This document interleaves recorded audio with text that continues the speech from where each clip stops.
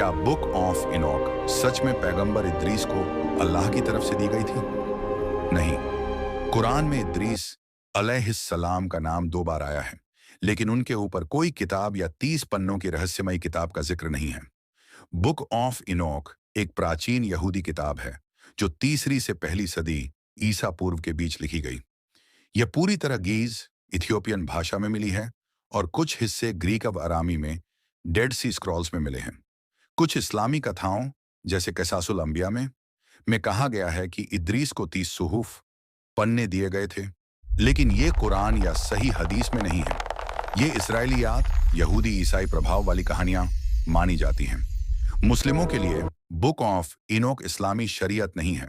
अगर उसमें कोई सच्चाई का अंश हो भी तो पूरी किताब को रहस्योद्घाटन वही नहीं माना जा सकता। विद्वान कहते हैं, अगर हम गलती से भी किसी गैर कुरानी किताब को वही मान लें तो गुमराह होने का खतरा है। 2. विशालकाय नेफिलिम, गिरे हुए फरिश्ते और इंसानी औरतों का मिलन। बुक ऑफ इनोक में वॉचर्स नाम के फरिश्ते आसमान से उतरते हैं, इंसानी औरतों से शादी करते हैं और विशालकाय बच्चे नेफिलिम पैदा होते हैं जो जमीन पर तबाही मचाते हैं। इस्लाम इसमें पूरी तरह अलग राय रखता है। फरिश्ते गुनाह नहीं कर सकते। फरिश्ते नूर रोशनी से बने हैं, उनमें आजादी नहीं है। वे अल्लाह की आज्ञा का पालन करते हैं। कुरान 66:6। इब्लीस शैतान फरिश्ता नहीं जिन्न था। जिन्न आग से बने हैं और उनमें इंसानों की तरह आजादी है। कुरान 18:50। विशाल लोग थे? हाँ। सही हदीस में है कि हजरत आदम अलैहिस्सलाम की लंबाई 60 हाजा लगभग 27 से 30 मीटर थी।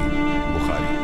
समय के साथ इंसानों की कद काठी छोटी होती गई। कुरान में कौम ए आद हजरत हूद अलैहिस्सलाम की कौम को बहुत ताकतवर और लंबे चौड़े बताया गया है।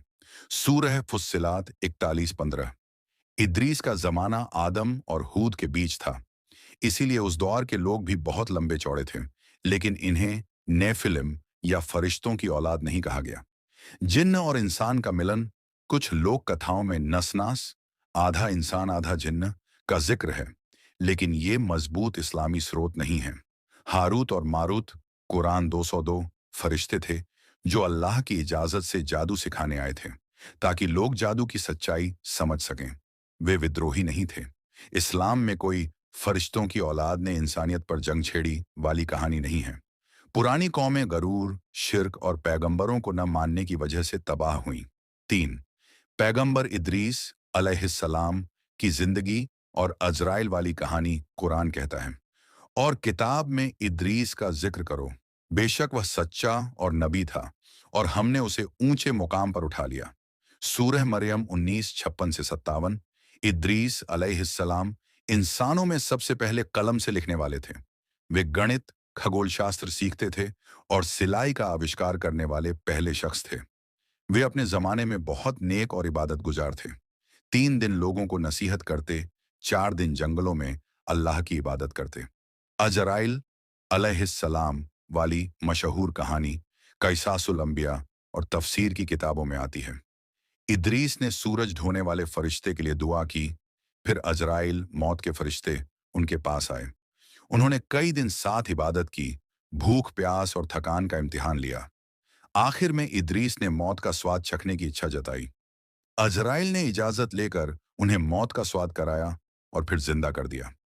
बाद में अल्लाह के हुक्म से इद्रीस को चौथे आसमान पर उठा लिया गया। ये कहानी दिलचस्प और सबक देने वाली है, लेकिन यह सही हदीस नहीं बल्कि बाद की तारीखी रिवायतें हैं।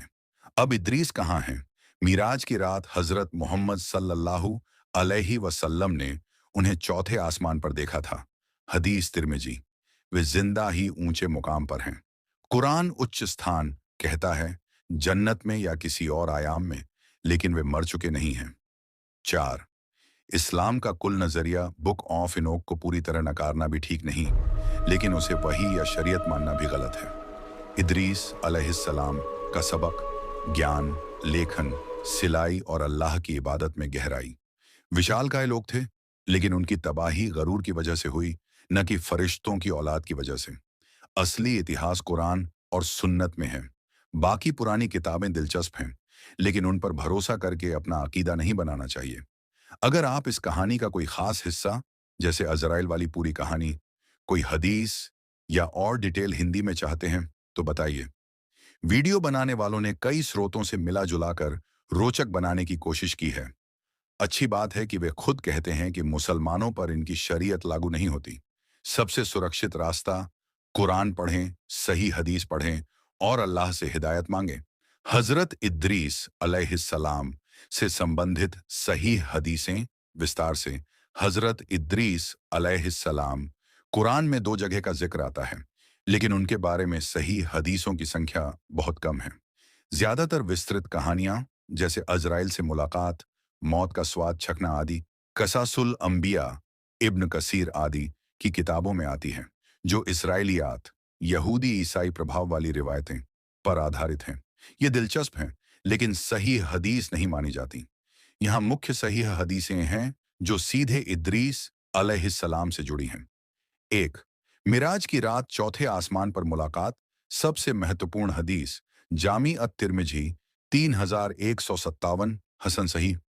अनस बिन मालिक रजी से रिवायत है कि रसूलुल्लाह सल्लल्लाहु अलैहि वसल्लम ने फरमाया, जब मुझे मिराज पर ले जाया गया तो मैंने चौथे आसमान में इद्रीस अलैहिस्सलाम को देखा।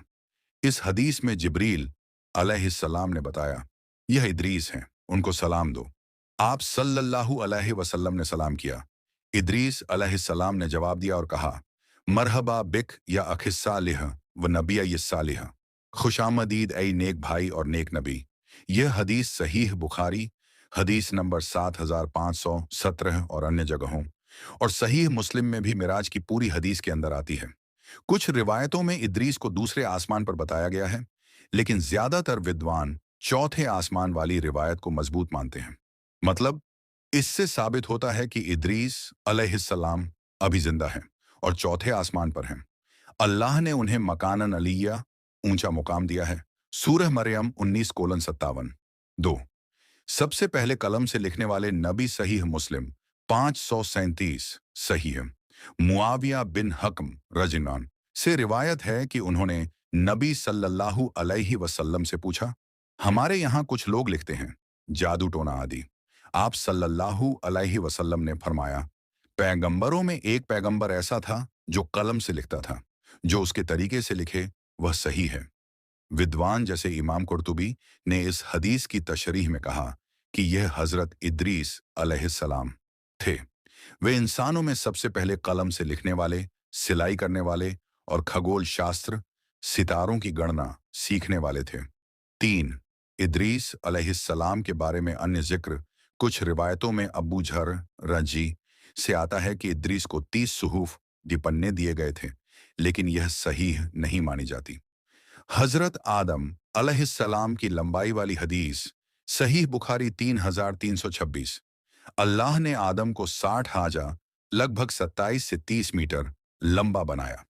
इद्रीस का जमाना आदम के बाद कुछ पीढ़ियों बाद था, इसलिए उस दौर के लोग भी बहुत लंबे चौड़े थे, लेकिन इद्रीस से सीधे जुड़ी कोई हदीस नहीं है।